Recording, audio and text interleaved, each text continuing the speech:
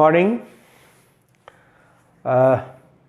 आज के इस वीडियो में हम लोग क्वांटम नंबर के बारे में डिस्कस करेंगे। क्वांटम नंबर क्या है, ये हम लोग बात कर चुके हैं पिछले क्लास में, जब क्वांटम मैकेनिकल ट्रीटमेंट हम आपको समझा रहे थे। और क्वांटम मैकेनिकल ट्रीटमेंट में मैंने पोस्टुलेट्स पढ़ाया और उसके बाद ये कहा कि हाइड्रोजन एटम जो है, या कोई भी एटम, हम खास हाइड्रोजन एटम इसलिए कह रहे हैं क्योंकि वेव क्वांटम मैकेनिकल मॉडल जो है वो हाइड्रोजन एटम पर ही अप्लाई किया गया और उसको सक्सेसफुली एक्सप्लेन भी किया गया।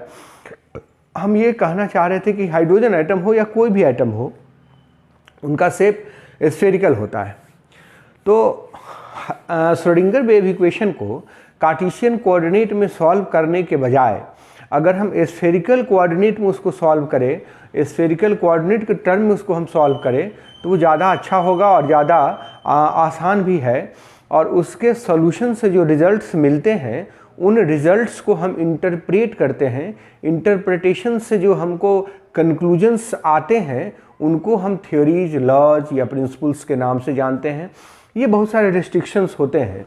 और मैंने ये भी समझा दिया था कि श्रोडिंगर वेव इक्वेशन को सॉल्व कैसे करेंगे। उस श्रोडिंगर वेव इक्वेशन को हम तीन अलग अलग छोटे छोटे इक्वेशंस में ब्रेक करते हैं, r equation, theta equation, phi equation. और उन इक्वेशंस को सॉल्व करने से हमको छोटे छोटे रिजल्ट्स मिलते हैं। उन रिजल्ट्स को जब हम प्लॉट करेंगे, उन रिजल्ट्स को जब हम इंटरप्रेट करेंगे, उन रिजल्ट्स को जब हम समझेंगे, तो हमें बहुत सारी इन्फॉर्मेशंस मिलने वाले हैं। उन इन्फॉर्मेशंस में से सबसे पहला फाइंडिंग, सबसे पहला इन्फॉर्मेशन है क्वांटम नंबर। क्वांटम नंबर क्या है, इस पर थोड़ी सी चर्चा हम लोग कर चुके हैं। क्वांटम नंबर जो है वो एक सेट ऑफ डिजिट्स हैं, सेट ऑफ नंबर्स हैं, जो किसी भी इलेक्ट्रॉन को स्पेसिफाई करने के लिए इस्तेमाल करते हैं।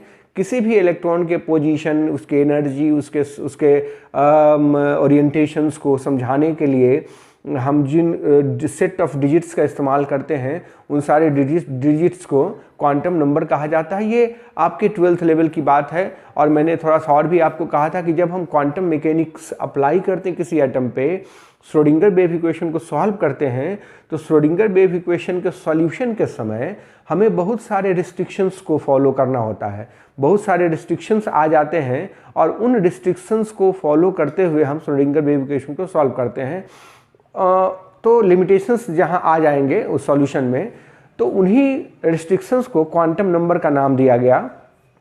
ये हम आपको पिछले वीडियो में भी बताए थे कि जब हम सॉल्व करेंगे उसको, तो कुछ रिस्ट्रिक्शंस आएंगे, कुछ कंडीशंस आएंगे, और उन सारे कंडीशंस को फॉलो करने के लिए हम जो इस्तेमाल करते हैं, जो रिस्ट्रिक्शंस, वो कहलाता है क्वांटम नंबर।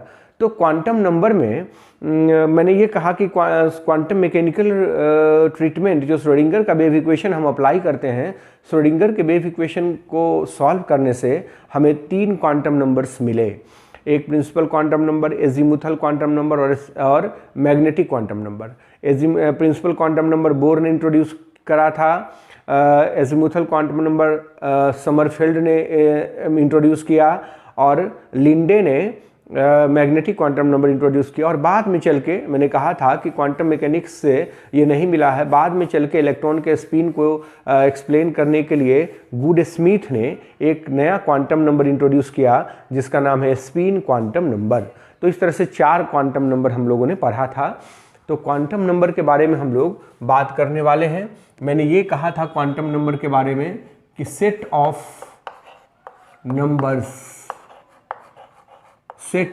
नंबर्स, या यूं कह दीजिए digits, used to specify an electron. एक इलेक्ट्रॉन को स्पेसिफाई करने के लिए जो हम सेट ऑफ नंबर्स इस्तेमाल करते हैं, उनको हम क्वांटम नंबर कहते हैं। और क्वांटम नंबर मैंने बताया था आपको कि ये 4 हैं। Principal quantum number,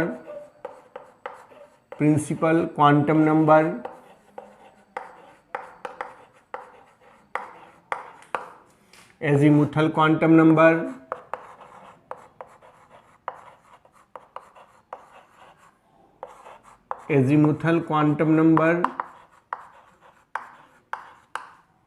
magnetic quantum number,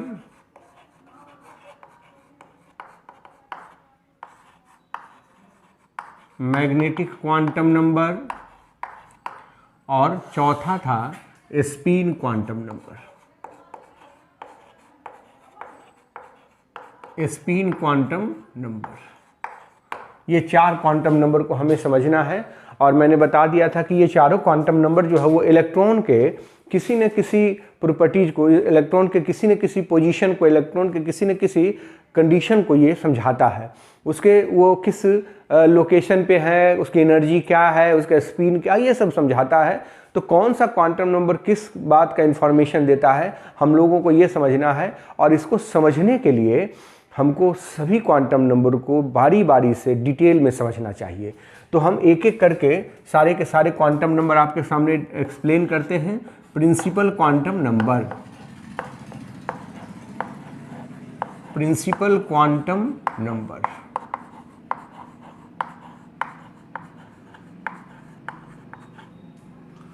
principal quantum number. सबसे पहले तो समझ लीजिए कि यह एक क्वांटम नंबर इंट्रोड्यूस किया गया है बोर्स के द्वारा, introduced by Niels Bohr. Niels Bohr, Bohr's का मॉडल आपने पढ़ा, तो बोर ने सबसे पहले प्रिंसिपल क्वांटम नंबर इंट्रोड्यूस किया था। इसको रिप्रेजेंट करते हैं स्मॉल n से, रिप्रेजेंटेड बाय स्मॉल n। और ये जो n है प्रिंसिपल क्वांटम नंबर, वो किसी भी एटम में न्यूक्लियस के चारों तरफ जो सेल होते हैं उसके लिए इस्तेमाल किया जाता है। तो हम ये कह सकते हैं कि this represents the stationery states, stationery states that is shells around the nucleus, around the nucleus। Nucleus के चारों तरफ जो स्टेशनरी स्टेट्स होते हैं उनको रिप्रेजेंट करता है ये प्रिंसिपल क्वांटम नंबर। ये न्यूक्लियस है, इसको चारों तरफ पहला सेल, दूसरा सेल, तीसरा एनर्जी लेवल या सेल जो कहते हैं आप। तो ये हुआ n इज इक्वल टू 1, ये हुआ n इज इक्वल टू 2, ये हुआ n इज इक्वल टू 3। तो ये सेल नंबर को रिप्रेजेंट करता है प्रिंसिपल क्वांटम नंबर। सेल्स जो होते हैं आप सभी लोग जानते हैं, वो होते हैं K, L, M, N, इसके बाद O, P, Q जो भी आएगा। अभी तक इतने सेल की बात हम करते हैं। तो प्रिंसिपल क्वांटम नंबर का value, it has the values counting number. इसके जो वैल्यूज होंगे वो काउंटिंग नंबर्स होंगे, मतलब 1, 2, 3, 4 एंड सो ऑन। तो n का वैल्यू अगर 1 है तो ये पहला सेल हुआ, 2 है तो दूसरा सेल हुआ, 3 है तो तीसरा सेल हुआ, 4 है तो चौथा सेल हुआ। तो हम सेल की बात कर लें, पहला सेल K, दूसरा सेल L, तीसरा सेल M, चौथा सेल N। तो अब आप समझ गए होंगे कि यह जो नंबर है, इस नंबर से, इस डिजिट से हम सेल को रिप्रेजेंट करते हैं। हम अगर n इज इक्वल टू 1 लिखेंगे, कोई भी आदमी समझ जाएगा कि ये K सेल की बात कर रहा है, हम K सेल की बात कर रहे हैं। जैसे ही n इज इक्वल टू 1 बोलेंगे, n इज इक्वल टू 2 बोलेंगे, कोई भी समझ जाएगा यह L सेल की बात कर रहा है। तो ये सेल को रिप्रेजेंट करता है, प्रिंसिपल क्वांटम नंबर सेल को रिप्रेजेंट करता है। तो चूंकि यह सेल को रिप्रेजेंट करता है, तो आप यह भी समझ गए होंगे कि सेल की एनर्जी को भी रिप्रेजेंट करेगा। It also represents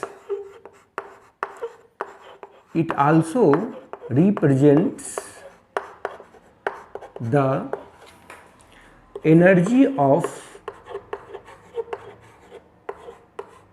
electrons present in the particular cell।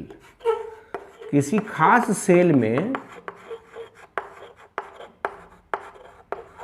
जो प्रेजेंट होगा इलेक्ट्रॉन, उसकी एनर्जी कितनी होगी, इसको भी यह रिप्रेजेंट करेगा। आप जानते भी हैं En is equal to -2.18 into 10⁻⁻18 by n² joule.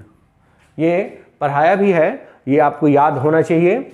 ये एनर्जी को भी डिसाइड करता है। प्रिंसिपल क्वांटम नंबर एनर्जी भी डिसाइड करता है कि एनर्जी कितनी होगी, उस एनर्जी लेवल की, उस सेल की एनर्जी कितनी होगी। एक बात और भी आप समझ लीजिए कि प्रिंसिपल क्वांटम नंबर जो है वो न्यूक्लियस से इलेक्ट्रॉन की के डिस्टेंस को भी बताता है। It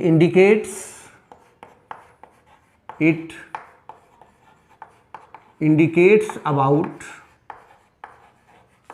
the distance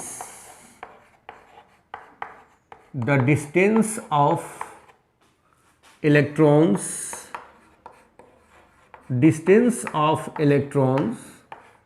from nucleus। यह न्यूक्लियस से इलेक्ट्रॉन के डिस्टेंस को भी रिप्रेजेंट करता है। एक न्यूक्लियस है और अगर electron n is equal to 3 में है और n इज इक्वल टू 2 में है, तो देखिए कि इलेक्ट्रॉन अगर n इज इक्वल टू 3 में है तो डिस्टेंस यहाँ इतना ज़्यादा है इसका, और अगर दूसरे में इलेक्ट्रॉन अगर n इज इक्वल टू 2 में है, तो अगर n इज इक्वल टू 2 है तो इलेक्ट्रॉन का न्यूक्लियस से डिस्टेंस कम है।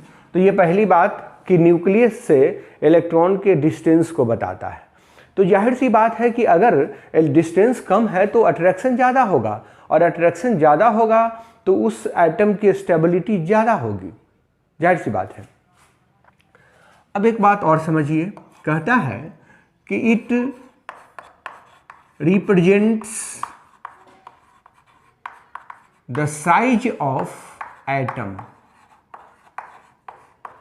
साइज ऑफ एटम आप जानते भी हैं, radius of NH energy level is equal to 52.9 into n² picometre. ये आपने पढ़ा हुआ है, इतना पिकोमीटर होता है रेडियस।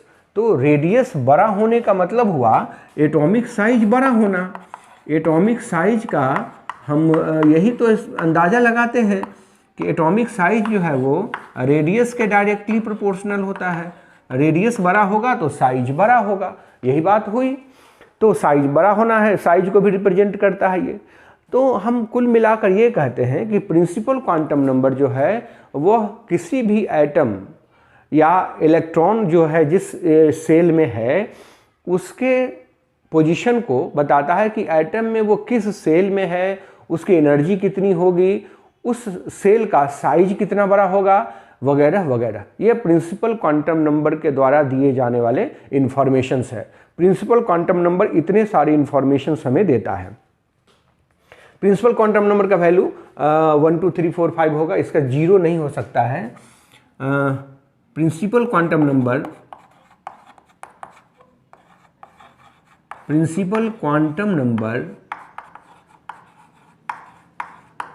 कैन नॉट बी 0, ये 0 नहीं हो सकता। एक बात और भी मैं बता दूं आपको कि it gives the idea about the ionisation potential. एक बार आयोनाइजेशन पोटेंशियल की डेफिनेशन दोहरा देता हूं कि the amount of energy required to remove an electron from the outermost shell of an isolated gaseous atom. ये डेफिनेशन है। तो हम अगर आउटरमोस्ट सेल अगर n है, अगर आउटरमोस्ट सेल n है तो एनर्जी कितनी चाहिए, जितनी उसके पास एनर्जी है। तो रिक्वायर्ड एनर्जी जिसको हम आयोनाइजेशन पोटेंशियल का नाम देते हैं वो हो जाएगा plus 2.18 into 10⁻⁻18 by n² joule. आपको पता है कि जितनी एनर्जी उस इलेक्ट्रॉन की है उतनी एनर्जी अगर उसको दे दी जाए तो वह इलेक्ट्रॉन फ्री हो जाएगा, आयोनाइज हो जाएगा। तो यह principal quantum number ionisation potential का भी आइडिया हमें देता है। तो प्रिंसिपल क्वांटम नंबर से क्या क्या इन्फॉर्मेशंस मिले, मैंने इसका एक लिस्ट बना दिया और इसको आप याद रखें। ये था प्रिंसिपल क्वांटम नंबर। अब हम आते हैं दूसरे क्वांटम नंबर पे, azimuthal quantum number. Azimuthal quantum number Sommerfeld ने दिया था। सोमरफेल्ड एक साइंटिस्ट हुए जिन्होंने बहुत काम किया है एटॉमिक स्ट्रक्चर पे, और उन्होंने कहा था कि जैसे सोलर सिस्टम में धरती सन के चारों तरफ चक्कर लगा रहा है और उसका पाथ सर्कुलर है, तो वैसे इलेक्ट्रॉन भी लगा रहा है, तो ठीक बात है। लेकिन समय जैसे जैसे बीतेगा वैसे वैसे उसका ऑर्बिट जो है वो सर्कुलर ना होके वो इलिप्टिकल होता जाएगा, वो इलिप्टिकल होता जाएगा, और एक दिन ऐसा होगा कि उसका पाथ लीनियर हो जाएगा। तो जब उसका पाथ लीनियर जिस दिन हो जाएगा उस दिन वो सन से टकरा जाएगा और पूरे यूनिवर्स का डेथ हो जाएगा, यूनिवर्स जो है वो डिस्ट्रॉय हो जाएगा। ठीक वैसे ही इलेक्ट्रॉन का भी जो पाथ सर्कुलर है वह इलिप्टिकल होते होते एक दिन लीनियर हो जाएगा, ऐसा कहा था सोमरफेल्ड ने। और उन्हीं सोमरफेल्ड के बारे में हम आज बात करने वाले हैं जो एजीमुथल क्वांटम नंबर प्रपोज किए थे। एजीमुथल क्वांटम नंबर, हम इन चारों क्वांटम नंबर को बहुत ही आराम से डिटेल में समझेंगे, ताकि बहुत सारी इंफॉर्मेशन, बहुत सारे कंसेप्ट इन्हीं क्वांटम नंबर्स से निकलने वाले हैं। इसलिए हम इसको बड़े सिस्टमेटिक ढंग से समझना चाहते हैं। एजीमुथल क्वांटम नंबर जो है सबसे पहले तो इंट्रोड्यूस किया गया, introduced by Sommerfeld, introduced by Sommerfeld. Sommerfeld एक साइंटिस्ट हुए और उन्होंने ये सबसे पहले इंट्रोड्यूस किया था। It is represented by, denoted by capital L, sorry small L, इसको स्मॉल एल से रिप्रेजेंट किया जाता है। It represents the sub energy levels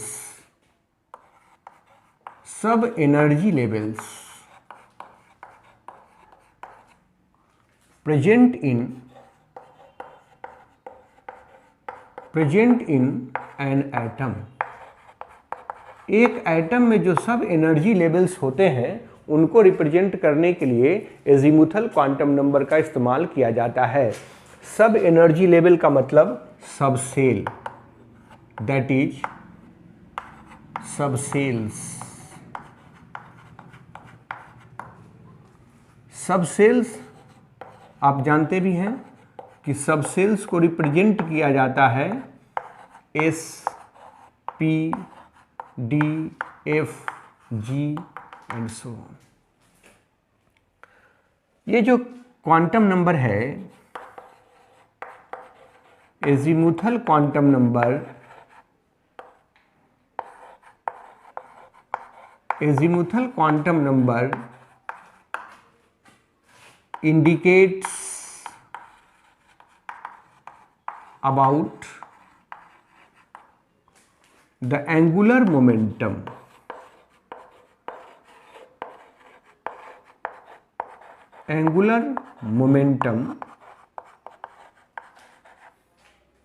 so also known as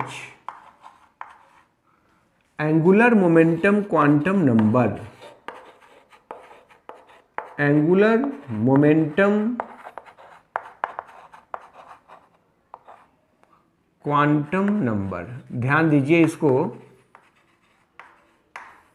हम ऐसे समझ सकते हैं कि अगर L का वैल्यू हमको एंगुलर मोमेंटम देता है तो इसको हम एंगुलर मोमेंटम क्वांटम नंबर कहेंगे, और एंगुलर मोमेंटम का मतलब हुआ कि अगर if L is not equal to 0 then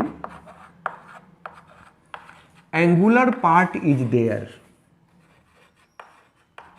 इसका मतलब है कि उसमें एंगुलर पार्ट भी होगा, एंगुलर पार्ट इज देयर, ये समझना होगा। एंगुलर मोमेंटम अगर हमको निकालना होगा तो उसका फॉर्मूला है एंगुलर मोमेंटम बराबर होता है √L into L plus 1 h/2 pi, जिसमें L तो हो गया azimuthal quantum number, where L is azimuthal quantum number,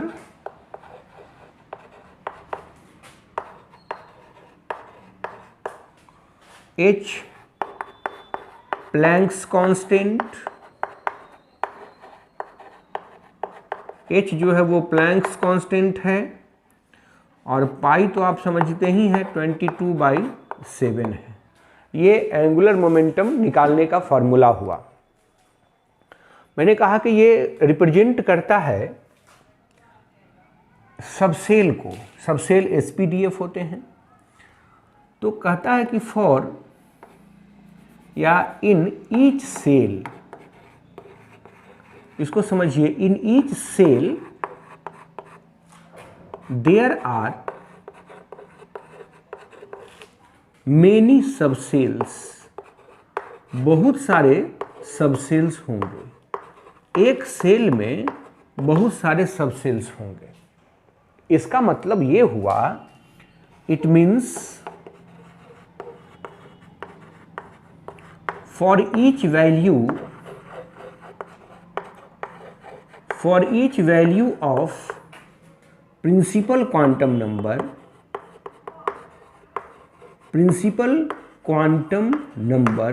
हर एक प्रिंसिपल क्वांटम नंबर के लिए there are many azimuthal quantum number, azimuthal quantum, यही हम आपको समझाना चाह रहे हैं कि अगर हर एक सेल के भीतर सबसेल होता है तो सेल को रिप्रेजेंट करने वाला तो प्रिंसिपल क्वांटम नंबर है, तो हर एक प्रिंसिपल क्वांटम नंबर के लिए बहुत सारे एजीमुथल क्वांटम नंबर होंगे। हम ये आपको कहना चाहते हैं। इससे बहुत बड़ा कंक्लूजन सामने आएगा। अभी देखिए, कहता है कि for each value of n मतलब principal quantum number, there are n values of L, L के n वैल्यूज होंगे from 0 to n-1। ध्यान दीजिए, कहता है कि अगर n का वैल्यू 3 है तो L के भी 3 वैल्यूज होंगे, L के भी 3 वैल्यूज होंगे। कहाँ से कहाँ तक? 0 से n-1, मतलब 3 - 1 2, तो 0 1 2 3 वैल्यूज हुए। एक बात और भी कह दूं कि L can never be equal और ग्रेटर देन n। L जो है वो n के न बराबर हो सकता है, नहीं बड़ा हो सकता है। ये क्वांटम मैकेनिकल रिस्ट्रिक्शंस हैं। L का वैल्यू 0 1 2 3 4, तो मैंने कहा कि ये L सबसेल को रिप्रेजेंट करता है, तो सबसेल हो जाएगा 0 तो S, 1 है तो P, 2 है तो D, 3 है तो F, 4 है तो G। अब हम इसको जरा समझ लेते हैं कि if n is equal to 1, 1 का मतलब हुआ ये k सेल है, 1 का मतलब हुआ यह k सेल है, तो l का भी एक ही वैल्यू होगा, then azimuthal quantum number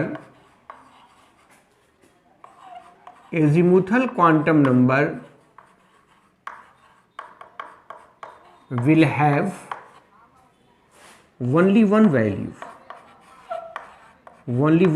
value, और वो क्या होगा 0 to 1 minus 1 0, मतलब 0 to 0 तो 0, एक ही वैल्यू होगा 0, तो वो सबसेल कौन सा हो गया, सबसेल हो गया S।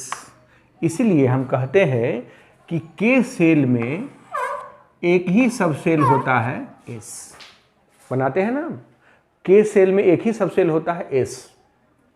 ठीक वैसे ही if n is equal to 2, तो इसका मतलब हुआ L सेल, ये L सेल हुआ, तो L का वैल्यू हो जाएगा 2 ठो, 0 एंड 1, तो 0 के लिए S और 1 के लिए P। देखिए कहते हैं ना कि L सेल में S और सबसेल भी होता है और P सबसेल भी होता है। ठीक वैसे ही अगर हम कहते हैं कि if n is equal to 3, तो ये हो गया M सेल, ये है M सेल, तो L का वैल्यू हो जाएगा 0 1 2, तो S P D। वैसे ही अगर n का वैल्यू है 4, तो n सेल हुआ, ये n सेल हुआ, तो L का वैल्यू होगा 0 1 2 3, तो S भी होगा, P भी होगा, D भी होगा और F भी होगा। इसलिए हम लोग हमेशा एक कंक्लूजन निकाला करते हैं, कहते भी हैं, सवाल भी पूछते हैं आप लोगों से कि 2D is not possible, Y, 2D संभव नहीं है, 2D एग्जिस्ट नहीं करता है, क्यों नहीं करता है 2D एग्जिस्ट? तो देखिए दूसरे सेल में केवल S और P ही हो सकता है, D हो ही नहीं सकता है, तो उसका बहुत सारा जवाब दे सकते हैं आप कि 2D is not possible, 2D is not possible. तो उसका कारण हम क्या दे सकते हैं कि फॉर 2D n का वैल्यू तो 2 हुआ, ये प्रिंसिपल क्वांटम नंबर हुआ, और L जो है वो भी 2 हो जाएगा, D के लिए 2 होता है, मैंने लिखा हुआ है D के लिए 2 होता है, तो n और L बराबर नहीं हो सकता है, but according to quantum mechanical restrictions, according to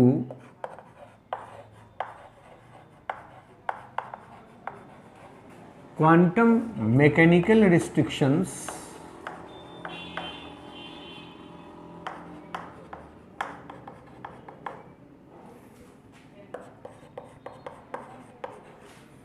n can never be equal to L, इसलिए hence 2D is not possible, 2D is not possible, ये हमें कहना है कि 2D संभव नहीं है, और उसका कारण आप समझ गए हैं। ठीक वैसे ही 3F पॉसिबल नहीं है, 3F अगर होता है तो n का वैल्यू 3 और L का भी वैल्यू 3, जो कि संभव नहीं है, तो 3F भी पॉसिबल नहीं है। तो हम यहाँ से एक कंक्लूजन तो निकाल ही लिए ना कि 2D नहीं हो सकता है, 3F नहीं हो सकता, 3D हो सकता है, 3D हो सकता है, मैंने लिखा भी, n का वैल्यू अगर 3 है तो देखिए D भी हो सकता है। तो हम कहते थे ना कि K में केवल एक S बनाना, L में S और P दोनों बनाना, M में S P D दोनों बनाना, N में S P D F चारों बनाना, तो ये बात हुई कि पहला सेल में केवल S बनाते हैं, दूसरे में sp बनाते हैं, तीसरे में sp_d बनाते हैं, चौथे में sp_df, पांचवें में sp_df, छठे में sp_df। ये इलेक्ट्रॉनिक कन्फिगरेशन लिखने समय जब आप बचपन में पढ़ते थे तो वहाँ आपको बॉक्स बना कर दिखाया जाता था कि ऐसे होता है, तो वहाँ से वो कंक्लूजन, वो इन्फॉर्मेशन यहाँ से आता है। ये जो ये जो एजीमुथल क्वांटम नंबर है, इसके बारे में तो आप समझ गए कि कितने वैल्यूज होंगे हर एक सेल के लिए, हर एक सेल मतलब हर एक प्रिंसिपल क्वांटम नंबर के लिए n वैल्यू होंगे एजीमुथल क्वांटम नंबर के, और कहाँ से कहाँ तक, 0 से n-1 तक, ये समझना है। अब कुछ बात इसके बारे में और समझा दें कि for a multi electron system, जब हम मल्टी इलेक्ट्रॉन सिस्टम की बात करते हैं, multi electron system, this azimuthal quantum number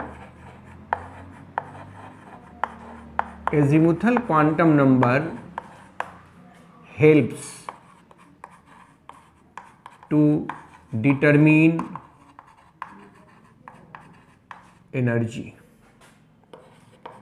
energy को डिटरमिन करने में ये हेल्प करता है। So also known as subsidiary quantum number, इसको हम लोग सब्सिडियरी क्वांटम नंबर के नाम से भी जानते हैं, subsidiary quantum number.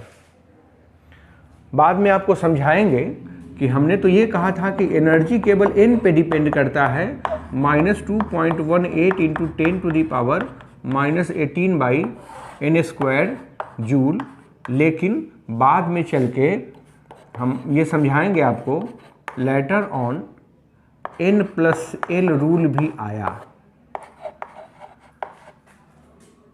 Is used to decide energy. ये n+l रूल आएगा बाद में, हम आपको केवल यहाँ बता दिए कि ये जो एजीमुथल क्वांटम नंबर है यह भी एनर्जी डिसाइड करने में हेल्पफुल होता है, इसलिए हम इसको सब्सिडियरी क्वांटम नंबर के नाम से भी जानते हैं। तीसरा क्वांटम नंबर है मैग्नेटिक क्वांटम नंबर।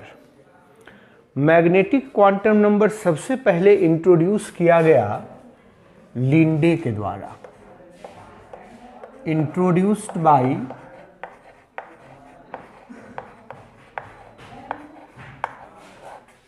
लिंडे, एक साइंटिस्ट हुए लिंडे, इन्होंने सबसे पहले इंट्रोड्यूस किया है। ये आधारित है, it is based on Zeeman effect, यह ज़ीमैन इफेक्ट पर आधारित है, ज़ीमैन इफेक्ट, समझिए इसको। अभी हम लोगों ने देखा कि सब्सिडियरी क्वांटम नंबर जो है, एजीमुथल क्वांटम नंबर जिसको पढ़ा, एजीमुथल क्वांटम नंबर सब सेल को रिप्रेजेंट करता है, सब एनर्जी लेवल्स को, SPDF को रिप्रेजेंट करता है। तो हर एक सब सेल में इलेक्ट्रॉन्स होंगे और उन इलेक्ट्रॉन्स पर नेगेटिव चार्ज होता है, और वो भी इलेक्ट्रॉन्स जो है वो मूविंग है, स्पिन मोशन में और वाइटल मोशन में मूविंग है, तो उनकी अपनी एक मैग्नेटिक फील्ड होगी, उस इलेक्ट्रॉन की अपनी एक मैग्नेटिक फील्ड होती है। उस मैग्नेटिक फील्ड का जो इंटरेक्शन है जब धरती के अर्थ के मैग्नेटिक फील्ड से होती है तो उनका एक सर्टेन ओरिएंटेशन हो जाता है। आप समझ रहे हैं कि अगर हम किसी मैग्नेट को, एक मान लीजिए छोटा सा है बार मैग्नेट, उसको हम मैग्नेटिक फील्ड में ले जाएंगे तो ऐसे है, तो जिधर मैग्नेटिक फील्ड होगा उधर वो ऐसे मूव कर जाएगा, उसका एक सर्टेन डायरेक्शन हो जाएगा, ओरिएंटेशन हो जाएगा। ठीक वही बात होती है कि जो सबसेल्स हैं उनमें इलेक्ट्रॉन्स हैं और उन इलेक्ट्रॉन्स की अपनी एक मैग्नेटिक फील्ड है, चूँकि उनका मूवमेंट है, आप जानते भी हैं फिजिक्स में कहा जाता है कि कोई भी चार्ज बॉडी अगर एक्सीलरेशन के साथ मूव कर रहा है या मूव कर रहा है तो उसके चारों तरफ मैग्नेटिक फील्ड जनरेट होता है। तो हर एक इलेक्ट्रॉन का मैग्नेटिक फील्ड अपना होता है। वह मैग्नेटिक फील्ड जब अर्थ के मैग्नेटिक फील्ड से इंटरेक्ट करेगा तो उसका एक सर्टेन ओरिएंटेशन होगा उस सबसेल का, और उसी ओरिएंटेशन को रिप्रेजेंट करने के लिए हम मैग्नेटिक क्वांटम नंबर का इस्तेमाल करते हैं। हम ये बात लिख भी देंगे, ज़्यादा दिन तक याद रहिए और ये परमानेंट हो जाए, इसलिए मैं ये इसको लिख भी दूंगा, लेकिन आपको समझाना चाह रहा हूँ। इसका ये मतलब हुआ कि मैग्नेटिक क्वांटम नंबर जो है वो हर एक एजीमुथल क्वांटम नंबर के लिए होगा, है ना, हर एक एजीमुथल क्वांटम नंबर के लिए होगा। तो हम इसको रिप्रेजेंट करेंगे ml से। It is denoted by m और l लिख दिया क्योंकि यह हर एक एजीमुथल क्वांटम नंबर के लिए लिख रहे हैं हम, इसलिए इसको हम लोग ml से रिप्रेजेंट करते हैं। जीमैन इफेक्ट में कहा था कि जीमैन इफेक्ट है कि जब हाइड्रोजन स्पेक्ट्रम को मैग्नेटिक फील्ड में ले जाते हैं तो हाइड्रोजन स्पेक्ट्रम छोटे छोटे पार्ट्स में स्प्लिट कर जाता है और इसको कहते हैं जीमैन इफेक्ट। तो यहाँ भी हम उसी कंसेप्ट का इस्तेमाल करने वाले हैं कि ये जो सबसेल है, इन सबसेल्स कौन कौन से सबसेल्स हैं? S, P, D, F, the electrons are present. Electrons are present. ठीक है। इलेक्ट्रॉन्स का दो मोशन होता है। Electrons possess two types of motions, two types of motions, एक ऑर्बिटल मोशन, एक ऑर्बिटल मोशन और दूसरा स्पिन मोशन। और दोनों ही motion, each motion is associated with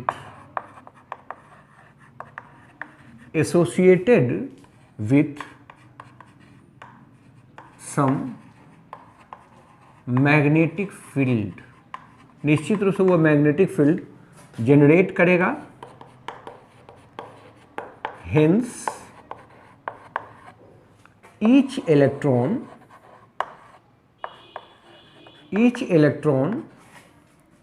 can be treated as a teeny magnet। एक छोटा सा मैग्नेट हम उसको मान सकते हैं, एक छोटा सा मैग्नेट हम मान सकते हैं। तो इसका मतलब हुआ हर एक electron has its own magnetic field. हर एक इलेक्ट्रॉन का अपना एक मैग्नेटिक फील्ड होता है। हर एक इलेक्ट्रॉन का अपना एक मैग्नेटिक फील्ड होता है। कहता है कि when magnetic field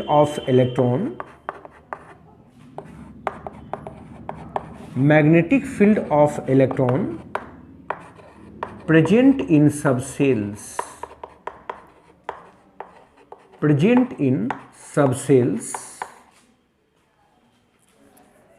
interact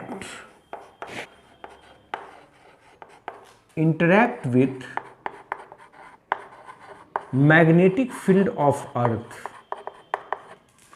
magnetic field of earth, वो अर्थ के मैग्नेटिक फील्ड से जब इंटरैक्ट करता है, there is certain orientation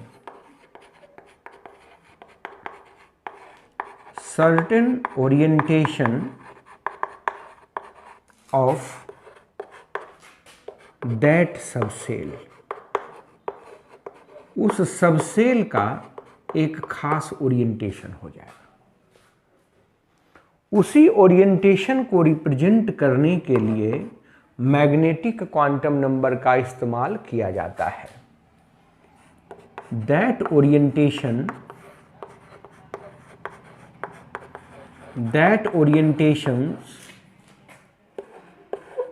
are denoted by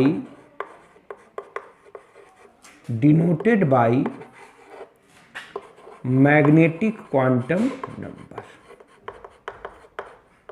magnetic quantum number, आप समझ गए होंगे कि मैग्नेटिक क्वांटम नंबर का काम क्या है। मैग्नेटिक क्वांटम नंबर उन सबसेल्स के ओरिएंटेशंस को, पॉसिबल ओरिएंटेशंस को बताता है। इसका मतलब हुआ कि हर एक एल के लिए सर्टेन ओरिएंटेशंस होंगे। For each value of L azimuthal quantum number, there is certain number of orientations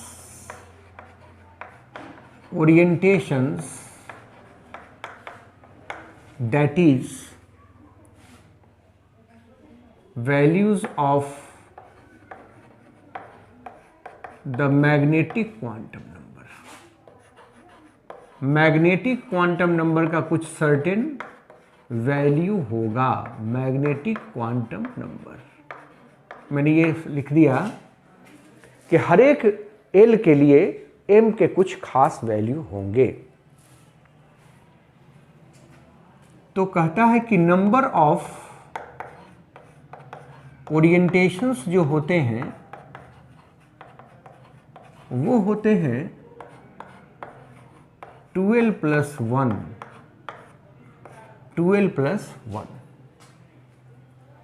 तो इसका मतलब हुआ for each value of L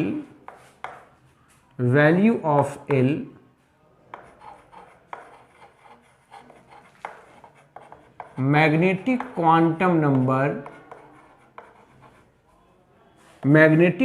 number has 12+1 values. 12+1 values होंगे from -L to +L, -L से +L तक। एक बात मैं ये समझा देता हूं, these orientations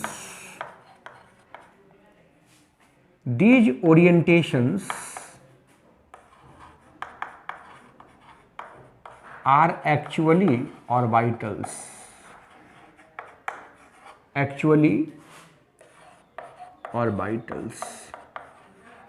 यही ओरिएंटेशंस जो हैं वो ऑर्बिटल्स कहे जाते हैं। तो हर एक सबसेल में it means in each subshell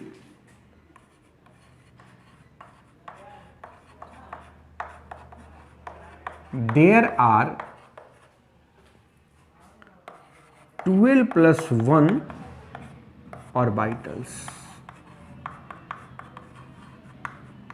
having same energy, क्योंकि L भी बराबर है, N भी बराबर है। हैविंग सेम एनर्जी, उनकी एनर्जी बराबर होगी। So they are known as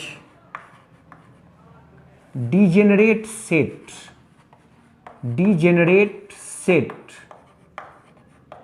उसको हम डीजेनरेट सेट का नाम देते हैं। डीजेनरेट का मतलब होगी जिनकी एनर्जी बराबर होती है। तो 12+1 ऑर्बिटल्स जो होंगे उनकी एनर्जी बराबर होगी, और एनर्जी बराबर होगी तो उसको हम कहेंगे डीजेनरेट सेट। और ये जो 12+1 हम कहते हैं, इसके लिए एक टर्म इस्तेमाल किया जाता है डीजेनरेसी। डीजेनरेसी, हम इसके लिए इस्तेमाल करते हैं टर्म डीजेनरेसी। डीजेनरेसी किसी भी सबसेल की 2l+1 होती है, ये हम इस्तेमाल करते हैं। तो बात रही इसको समझने की, तो अगर l का वैल्यू है 0 तो m का वैल्यू हो जाएगा 2 × 0 + 1 और वो वैल्यू होगा 0। तो l का वैल्यू 0 है, इसका मतलब वो s सबसेल है। और आप समझ रहे होंगे कि s सबसेल में एक ही वैल्यू होता है, मतलब एक ही ऑर्बिटल होता है। तो s के लिए हम लोग एक घर बनाते हैं, आपको याद होगा। ठीक वैसे ही अगर l का वैल्यू जो है वो 1 हुआ तो ये हुआ p सबसेल, ये हुआ p सबसेल। तो m का वैल्यू जो होगा वो 2 × 1 + 1 3 हो गया, 3 हो गया। इसका मतलब इसमें हम लोग 3 ठो घर बनाते हैं, 3 ठो ऑर्बिटल्स होते हैं इसमें, याद होना चाहिए आपको। और ये तीनों ऑर्बिटल्स जो होंगे वो होंगे -1 से +1 तक, -1 0 एंड +1, यही लिखते हैं। इसका मैग्नेटिक क्वांटम नंबर का वैल्यू 0 होगा। वैसे ही अगर l का वैल्यू 2 है तो ये d सबसेल है, यह d सबसेल है। तो m का वैल्यू जो होगा 2 × 2 + 1 5, और वो कहाँ से कहाँ तक, -2 -1 0 +1 एंड +2। और इसलिए हम लोग d सबसेल में 5 ठो बॉक्स बनाते हैं, d सबसेल में 5 ठो बॉक्स बनाते हैं। देखिए ये ऑर्बिटल्स को रिप्रेजेंट करते हैं मैग्नेटिक क्वांटम नंबर। तो मैग्नेटिक क्वांटम नंबर के बारे में समझाया आपको कि ये किसी भी सबसेल के ओरिएंटेशन को बताता है। और ओरिएंटेशन को हम किससे समझ रहे हैं, डीजेनरेसी से। Total number of magnetic quantum number जो होगा वही उसके डीजेनरेसी को बताएगा। ये डीजेनरेट सेट होंगे तो d ऑर्बिटल्स 5 फोल्ड डीजेनरेट होते हैं। d ऑर्बिटल्स 5 तरह के होते हैं और उन पांचों की एनर्जी बराबर होती है। और ये मैंने आपको समझाया मैग्नेटिक क्वांटम नंबर के थ्रू कि मैग्नेटिक क्वांटम नंबर कैसे ऑर्बिटल्स को रिप्रेजेंट करता है। मैग्नेटिक क्वांटम नंबर मतलब ऑर्बिटल्स की जानकारी हमें मिलेगी। ये ऑर्बिटल्स की बात हुई। तो मैग्नेटिक क्वांटम नंबर को हम ml से इसलिए रिप्रेजेंट करते हैं क्योंकि हर एक एजीमुथल क्वांटम नंबर के लिए मैग्नेटिक क्वांटम नंबर के कुछ सर्टेन वैल्यूज होते हैं और ये रिस्ट्रिक्शंस हैं, यही होंगे। तो इस तरह से हमने कुछ बातें, आपको बहुत कुछ समझ में आ गया होगा कि हम क्या कभी जैसे 2D नहीं लिखते हैं या s में एक ही घर क्यों बनाते हैं, एक घर में 2 ही इलेक्ट्रॉन क्यों रखते हैं, ये आएगा बाद में, ये भी आपको समझाया जाएगा और ये क्लियर हो जाएगा कि एक बॉक्स में 2 ही इलेक्ट्रॉन क्यों रखते हैं, ये भी आपको समझ में आ जाएगा। तो हमने आपको ये इंट्रोड्यूस किया है कि मैग्नेटिक क्वांटम नंबर क्या है। चौथा क्वांटम नंबर है spin quantum number. Spin quantum number की बात करते हैं। आप सभी लोग समझते हैं कि एक एटम में जो इलेक्ट्रॉन होता है उसमें 2 तरह के मोशन होते हैं। एक इलेक्ट्रॉन में 2 तरह का मोशन होता है, एक ऑर्बिटल मोशन, एक ऑर्बिटल मोशन होता है जिस मोशन के थ्रू वो न्यूक्लियस के चारों तरफ मूव करता है किसी सेल में वो मूव करता है। और दूसरा मोशन होता है स्पिन मोशन।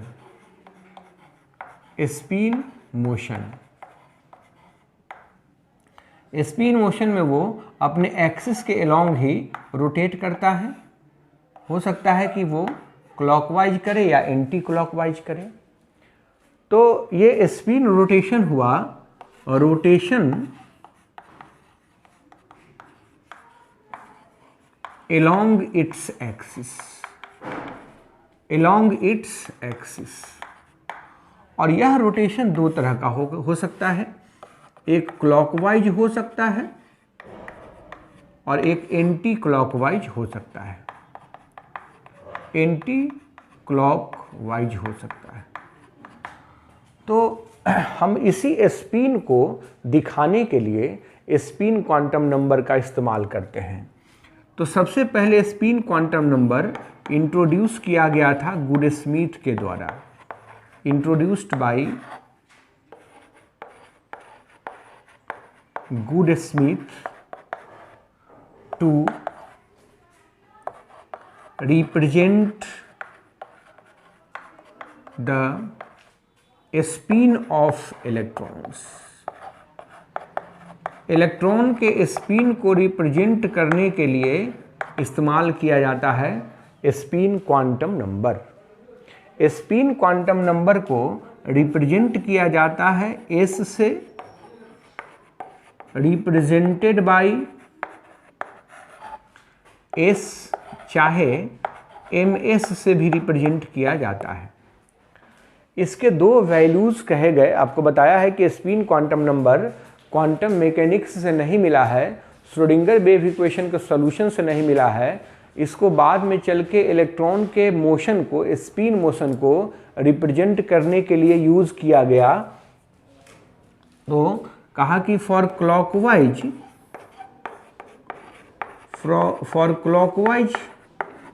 स्पिन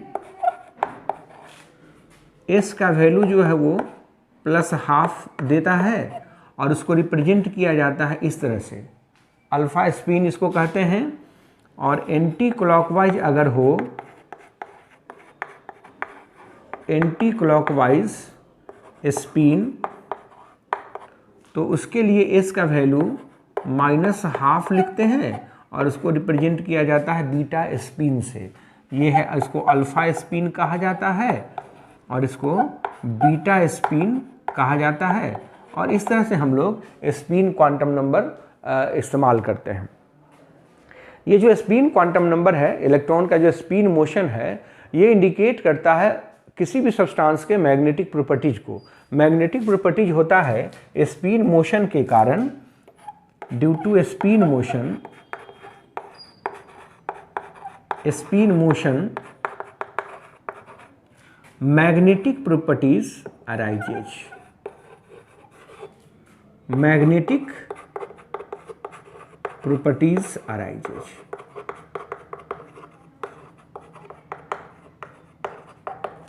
और वो स्पिन मैग्नेटिक बिहेवियर एक बहुत बड़ा टॉपिक है, इसको पढ़ा जाता है। इसमें मैग्नेटिक बिहेवियर कहा जाता है कि दो तरह के होते हैं, एक डायमैग्नेटिज्म, मतलब दोनों इलेक्ट्रॉन अगर पेयर्ड है, ऐसे है, एक दूसरे को कैंसिल कर देगा। और एक होता है पैरामैग्नेटिज्म, अगर इलेक्ट्रॉन अनपेयर्ड है, पैरामैग्नेटिज्म, अगर इलेक्ट्रॉन अनपेयर्ड है तो उसका मैग्नेटिक फील्ड होगा जो रिस्पॉन्ड करेगा मैग्नेटिक फील्ड के साथ। तो ये जो स्पिन मोशन है उसके कारण भी स्पिन एंगुलर मोमेंटम होगा। Angular momentum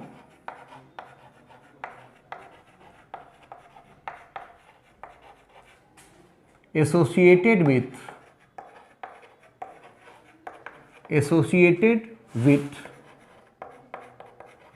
spin motion.